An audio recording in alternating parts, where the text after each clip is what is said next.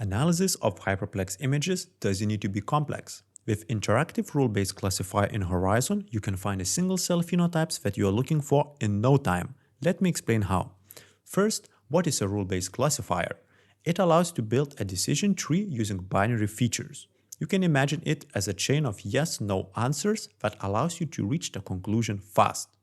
This can be done in two easy steps. First, create binary features. Second, connect them into a tree.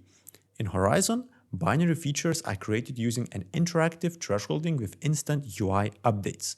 It allows to precisely threshold each marker. Once thresholds for all markers are set, you need to connect them into a tree.